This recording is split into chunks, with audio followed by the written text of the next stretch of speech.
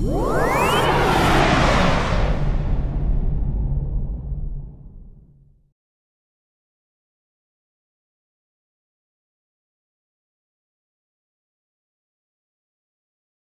right, Kent, so you wanted to pick the proper stability ball. You said you wanted to start with a seated overhead shoulder press stability ball.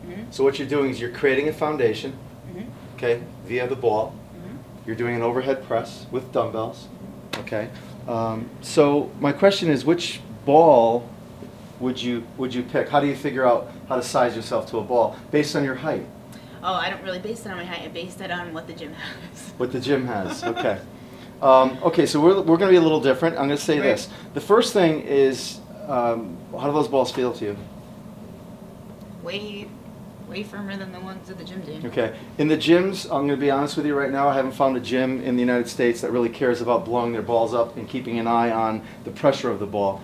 A stability ball, if it's too soft, it's going to promote slouch posture. As you sit into it, you're going to sink and your pelvis will tilt. Okay? And that is not what the purpose of sitting on a ball. The best way to assess a ball is that you could hardly put your thumb in, maybe a half an inch to an inch. You could put your thumb in. So if you just squeeze it a little bit, you could depress the ball in about an inch. All right. Okay, that's going to give you the pressure you need to keep it in that Makes a lot more sense. unstable surface. Because the balls at the gym, they literally sink down halfway sometimes. Yep. And people get on them and they sit and they just slouch their posture and they're sitting here because they can't sit tall. So we want this unstable surface based on your base of support. You might be here, okay, or you might be wide, okay. Now, if you sit down on this ball right here, face this way. That's too big. Okay, just sit there for a second. I want you in the center of the ball, so go back just a little. Keep going, keep going, keep going, keep going. That's the center of the ball. Put your feet out in front of you. Good. Okay, so the first thing that I'm looking for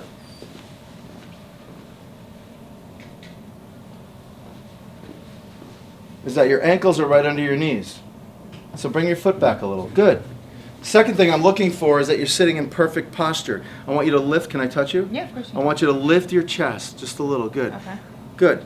That is your perfect posture. I'm looking at your earlobe, shoulder, hip joint. Okay? This is okay if you're going to, maybe you're doing some computer work and you're sitting on a ball and that thing. For exercise purpose, it's not bad. I could make it better. I think you're just a little too high in this position. If you can get away with it, but if I had a ball that was just a little smaller, let's move it. This one, get that out of the way. Have a seat right here. At least your femur now could be parallel with the ground, which is kind of what we're looking for. It's a little better. Go back a little. Good. Bring your heels in. Sit tall. Good. It's a little better. It's okay.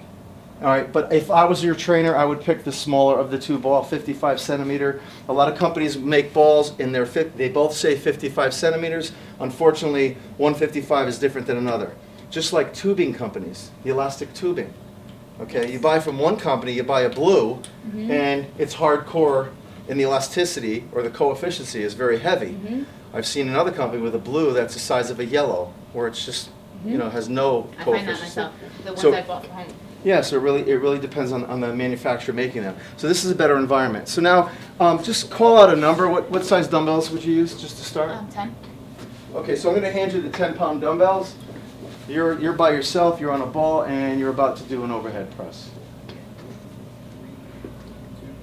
Okay. Okay, now who showed you this? Trainer. Okay, and that's the range of motion. They told you to stop here Stop at a 90 degree and then go up. and then go up. Okay. And then occasionally I'll go up and then I'll alternate one at a time. Okay. And then I was told that if I do it on a ball and I contract my core, I could get a little bit of a core in with it as well. That's how the stability ball came into play, was cheating the core and just to hold your core through the overhead press. Okay.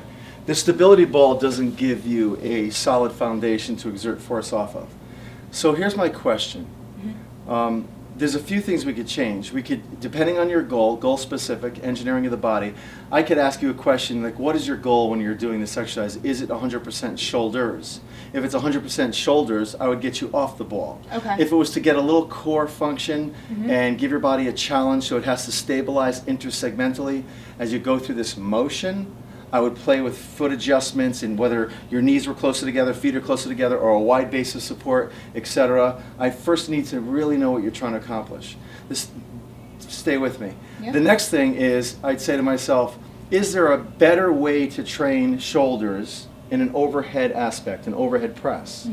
More in a strong anatomical position rather than an external shoulder impingement position. Okay, so there's a lot of things going on here. So the first question is, are we really trying to put, is it 100% I want shoulders, or is it I want a little core work and shoulders at the same time? A little core work and shoulders at the same time. Okay. Hi, Dave Parisi.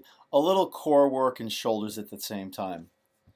Yeah, that's like someone saying I would like to lose fat and gain muscle at the same time. But we're going to do the best we can to change the environment and make small changes to make it more optimal.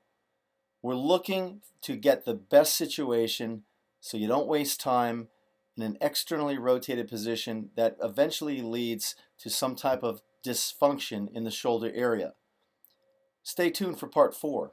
Let's make it better for Kendall.